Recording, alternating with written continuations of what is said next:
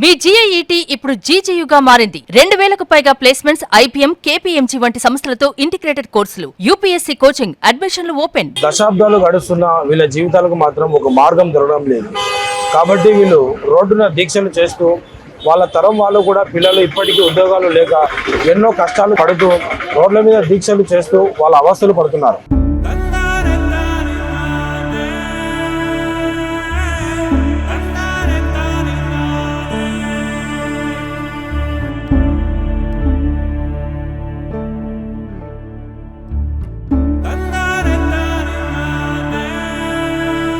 ఇప్పటికైనా అధికారులు కానీ ప్రజాప్రతినిధులు కానీ స్పందించి వీరికి తగిన గుర్తింపు వచ్చేలాగా హామీలో ఉన్నటువంటి సమస్యలను పరిష్కారం చేయాల్సిన అవసరం ఎంతైనా ఉంది.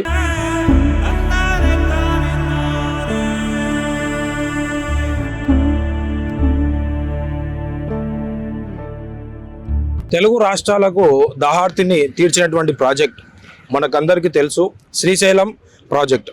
ఆ ప్రాజెక్టుకు సంబంధించి కొన్ని ముంపు గ్రామాలు కొన్ని వేల ఎకరాలు త్యాగాలు చేసి నేటికి వాళ్ళ సమస్యలు పరిష్కారం కాక రోడ్లకు ఎక్కినటువంటి సంఘటనలు మనం చూస్తూనే ఉన్నాం. నమస్తేనా? నమస్తే సార్. మీరు ఎన్ని రోజులుగా దీక్ష చేస్తున్నారన్న? ఇక్కడ 120 రోజులుగా మేము రిలే నిరాహార దీక్షలో పాల్గొంటున్నాం సార్. మాకు ప్రభుత్వం ఇవ్వవలసిన హక్కులను మేము సాధించుకునేందుకు ఈ దీక్షలు మొదలుపెట్టాము. అసలు మేము 1981 సంవత్సరంలో జపాన్ దేశంలో నాగసాకి, హిరోషిమా పట్టణాల్లో అణుబాంబు దాడి జరిగి ఎంతటి విపత్తును ఎదుర్కొందో ఆ ప్రాంతము, అలాంటి విపత్తునే ఈ ప్రపంచానికి తెలియని ఒక సంఘటనను మేము ఎదుర్కొన్నాము. అది శ్రీశైలం ప్రాజెక్టు నిర్మాణం రూపంలో మాకు ఎదురైంది. శ్రీశైలం ప్రాజెక్టు నిర్మాణం వల్ల ఈ రాష్ట్రము 1600 కిలోమీటర్ల పాటు సాగునీరు, దాదాపు 1 కోటి మందికి తాగునీరు, దాదాపుగా 1470 మెగావాట్ల విద్యుత్ ఉత్పత్తితో ఈ రాష్ట్రం అంతా వెలుగులో ఉంది. కానీ మేము శ్రీశైలం ప్రాజెక్టు నిర్మాణంలో ఇల్లు పొలాలు సర్వం కోల్పోయి చీకటి మాటన ఇలా బ్రతుకుతున్నాము. మాకు ప్రభుత్వము పరిహారం కూడా ఎకరాకు కేవలం 2500, ఒక ఇంటికి 8000 చొప్పున అది విడతల వారీగా పరిహారం ఇచ్చి చేతులు దులుపుకున్నాయి. గౌరవీయ స్వర్గీయ నందమూరి తారక రామారావు గారు మా దుస్థితిని, మా గోడును స్వయంగా పరిశీలించి వీరికి ఇంటికి ఒక ఉద్యోగం చొప్పున ఇవ్వాలని జీవో 98ను ప్రతిపాదించారు. ఆ ఉత్తర్వు 1986 ఏప్రిల్ 15వ తారీఖున మా కోసం ప్రత్యేకంగా రిలీజ్ చేయడం జరిగినది. ఆ ఉత్తర్వు ప్రకారము ఇంటికి ఒక ఉద్యోగం ఇవ్వాలన్న ఈ ప్రక్రియలో అమలులో భాగంగా మొదటి విడతగా 986 మందికి అవుట్సోర్సింగ్ లష్కర్ కూలీలుగా 2013 సంవత్సరంలో కాంగ్రెస్ గవర్నమెంట్లో కిరణ్ కుమార్ రెడ్డి గారు ఇవ్వదలిచారు. అంటే మీకు ఈ జీవో ఇచ్చిందేమో టీడీపీ గవర్నమెంట్, మీకు హామీ నెరవేర్చిందేమో కాంగ్రెస్ గవర్నమెంట్. టీడీపీ హయాంలో మాకు జీవో వచ్చింది ఇవ్వాలని, కానీ అది టీడీపీ గవర్నమెంట్ నెరవేర్చకపోవడం వల్ల కాంగ్రెస్ గవర్నమెంట్ దాని భుజానికి ఎత్తుకొని శ్రీశైలం బాధితుల పరిస్థితులను, గోడుని స్వయంగా పరిశీలించి వారు 2013 సంవత్సరంలో మొదటి విడతగా 986 మందికి అవుట్సోర్సింగ్ లష్కర్ ఉద్యోగాలుగా ప్రభుత్వము అధికారికంగా ఉత్తర్వులు ఇచ్చింది.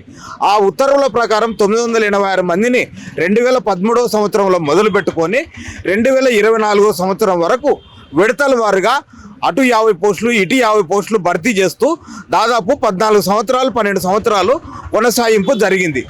ఈ కొనసాగింపులో దాదాపు ఇప్పటికీ మాకు ఉద్యోగాలు ఆలస్యం కావడం వల్ల, ప్రభుత్వం యొక్క నిర్లక్ష్యం వల్ల ఇప్పటికే 32 మంది రైతులు ఆత్మహత్యలు చేసుకొని చనిపోయి ఉన్నారు. మేము గౌరవ ముఖ్యమంత్రి గారిని 2017 సంవత్సరం ముచ్చుమర్రి లిఫ్ట్ ఇరిగేషన్ స్కీమ్ ప్రారంభోత్సవానికి చంద్రబాబు నాయుడు సార్ గారు వచ్చినప్పుడు ఆయనకు మా గోడు వినిపించాం. ఆయన పరిస్థితిని గమనించి వీరికి 2017 సంవత్సరంలో ఆయన ఒక అస్యూరెన్స్ లెటర్ ఇవ్వడం జరిగినది. మిగిలిన బాధితులకు కూడా ఉద్యోగాలు ఇవ్వాలి, అది 2000 నుంచి 2005 కటాఫ్ డేట్ను ప్రభుత్వం పెంచి వీరికి ఉద్యోగాలు ఇచ్చేద్దామని చెప్పి ఆయన ఒక అస్యూరెన్స్ లెటర్ ఇవ్వడం జరిగింది. ఆ అస్యూరెన్స్ ప్రకారము ప్రభుత్వం ఒక త్రిసభ్య కమిటీని నిర్ణయించి గౌరవ కలెక్టర్ గారు, గౌరవ సిఈ గారు, గౌరవ ఎస్సీ గారు ఒక జాబితాను రూపొందించి 674 కుటుంబాలుగా నిర్ణయించి మాకు ఫైనాన్స్ అనుమతి కోసము ప్రభుత్వానికి పంపడం జరిగినది. ఆ ప్రభుత్వం యొక్క పంపిన తర్వాత ఇంతవరకు అది అనుమతి రాక ఆలస్యం అవుతూ వస్తున్నది. కాలక్రమేణా గౌరవ ముఖ్యమంత్రి గారు 2017 మొదలుకొని 2019, 2024, 2025 సంవత్సరం హెచ్ఎన్ఎస్ఎస్ కాలువ నీటి విడుదల సమయంలో కూడా శ్రీశైలం ముంపు బాధితులకు ఉద్యోగాలు ఇస్తానని ప్రకటన చేసి ఉన్నాడు. వీటన్నిటికీ బహిరంగంగా లక్షలాది మంది మధ్య మాకు హామీ ఇచ్చి ఉన్నారు. అలాగుననే 2019 సంవత్సరంలో గౌరవ పవన్ కళ్యాణ్ గారు నందికొట్కూరు కొనిదేల గ్రామ దత్తత సమయంలో ఆయన కూడా శ్రీశైలం ముంపు బాధితుల పరిస్థితులు విని మీకు న్యాయం చేయడానికి నేను సిద్ధంగా ఉన్నాను, ప్రభుత్వం అధికారంలోకి వచ్చిన వెంటనే మీకు అవుట్సోర్సింగ్ ఉద్యోగాలు కాదు పర్మనెంట్ ఉద్యోగాలు ఇవ్వాల్సిన అవసరం ఉంది అని చెప్పి ఆయన మమ్మల్ని ఎంతో ఆదరించి ఉద్యోగాలు ఇస్తారని చెప్పేసి ప్రకటన చేయడం జరిగింది. అలాగుననే గౌరవ లోకేష్ గారు 2024 సంవత్సరంలో యువగలం ప్రామిస్ పాదయాత్రలో వచ్చినప్పుడు ఇక్కడ నందికొట్కూరులో మహాసభ ఏర్పాటు చేయడం జరిగింది. ఆ మహాసభలో కూడా ఆయన శ్రీశైలం ముంపు బాధితులను వీరి యొక్క త్యాగాలు గొప్పవి, వీరి సమస్తం కోల్పోయి ఉన్నారు, వీరికి మేము అధికారంలోకి వచ్చిన వెంటనే మొట్టమొదటి ఫైలు శ్రీశైలం ముంపు బాధితులకి చేస్తానని, ఉద్యోగాలు ఇచ్చి ఆదుకుంటానని ఆయన హామీ ఇచ్చి ఉన్నారు. ఇప్పటికే ప్రభుత్వం అధికారంలోకి వచ్చి లోకేష్ గారి ప్రభుత్వం గారి అధికారంలోకి వచ్చి కూడా 2.5 సంవత్సరాలు గడిచినా మాకు ఇంతవరకు న్యాయం జరగలేదు. మేము గౌరవ లోకేష్ గారిని, గౌరవ ముఖ్యమంత్రి చంద్రబాబు నాయుడు సార్ గారిని 29/11/25 11/11/25 ఇద్దరిని కలిసి ప్రజా దర్బార్లో వినతి పత్రాలు ఇవ్వడం జరిగినది. గౌరవ ముఖ్యమంత్రి గారికి ఇచ్చిన వినతి పత్రానికి 90 రోజుల్లో మీకు న్యాయం చేస్తానని ఒక ఎండార్స్మెంట్ లెటర్ ఆయన ఇవ్వడం జరిగినది.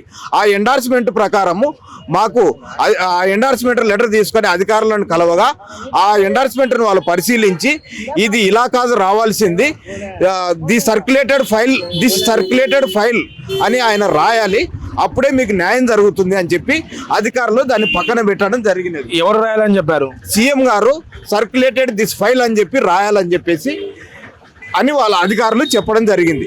ఈ విధంగా మాకు అధికారుల ద్వారా కూడా అన్యాయం జరుగుతూ వస్తుంది సార్. అంటే ఇప్పుడు మీకు మన నీటిపారుదల శాఖ మంత్రి టి. నిమ్మల రామానాయుడు గారు ఉన్నారు, వారిని కలవడం జరిగిందా?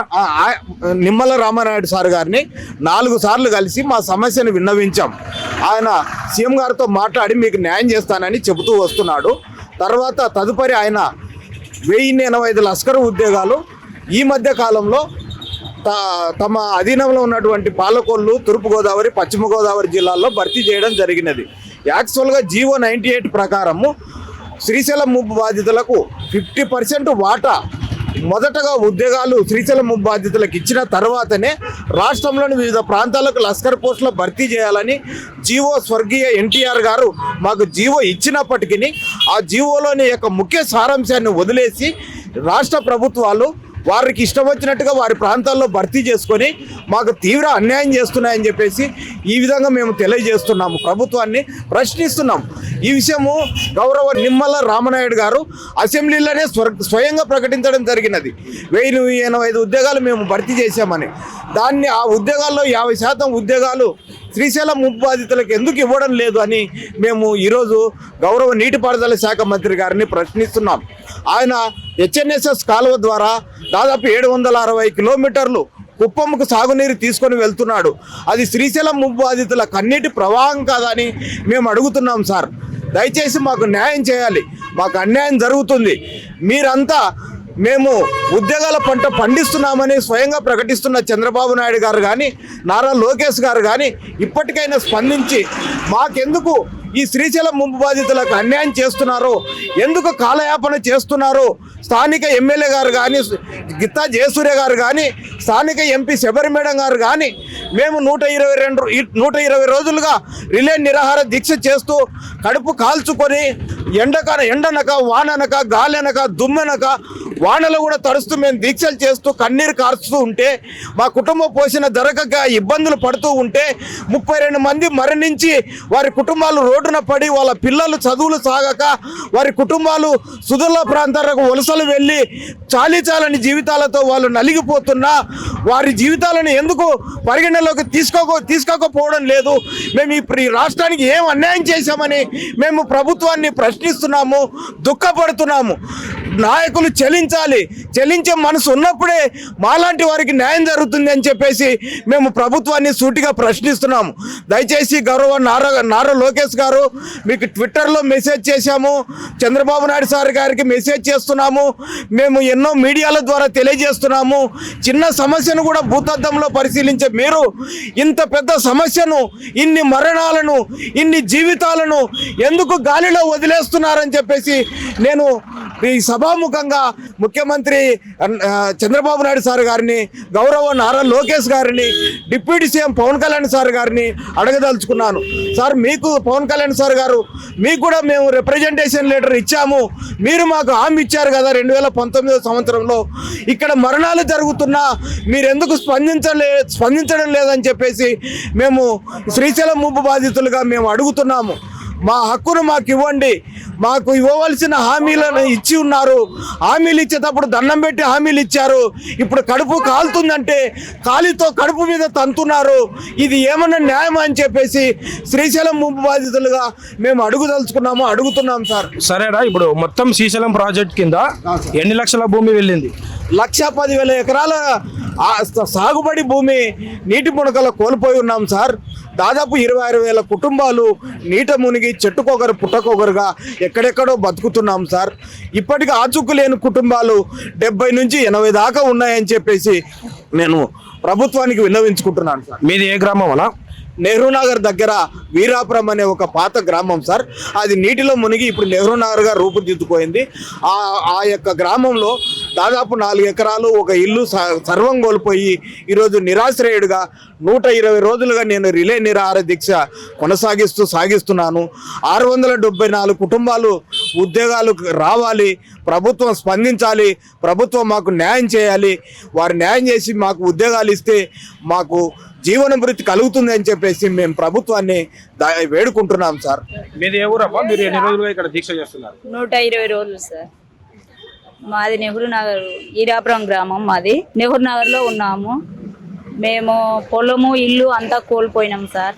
నా భర్త ఇట్లా జాబ్ కోసమే, లస్కర్ జాబ్ కోసమే నిరాహార దీక్ష చేసి చనిపోయినాడు. మరి మీ కుటుంబం ఎలా గడుస్తుందమ్మా? ఇంకా రోడ్డున పడినాం సార్. కూలి కష్టం చేసి అంటే ఎటో అంత అప్పులు అయిపోయినాయి. నిరాహార దీక్షకు జాబ్ వస్తుందని ఇక్కడే ఉండి నిరాహార దీక్ష చేసి మా భర్త కూడా చనిపోయినాడు దీక్ష చేసుకుంటానే. నా పేరు అయ్యమ్మ. చెప్పండి అమ్మా, మీరు ఎప్పటి నుంచి దీక్షలో పాల్గొంటున్నారు? మేము 3 నెలల 20 రోజులు అయింది సార్. ఇప్పటి వరకు మేము వచ్చిన కలెక్టర్ని, ఏ కలెక్టర్ మారినా ప్రతి ఒక్కరు కాలు పట్టుకున్నాం. ముచ్చుమర్లో, కొడిదాల్లో ఎక్కడ కలెక్టర్ వస్తే అక్కడ కాలు పట్టుకున్నాం. కానీ చేస్తాం అంటారు, కానీ కాళ్ళు ఇదిలించుకొని పోతున్నారు, కానీ మాకు న్యాయం చేయడం లేదు సార్.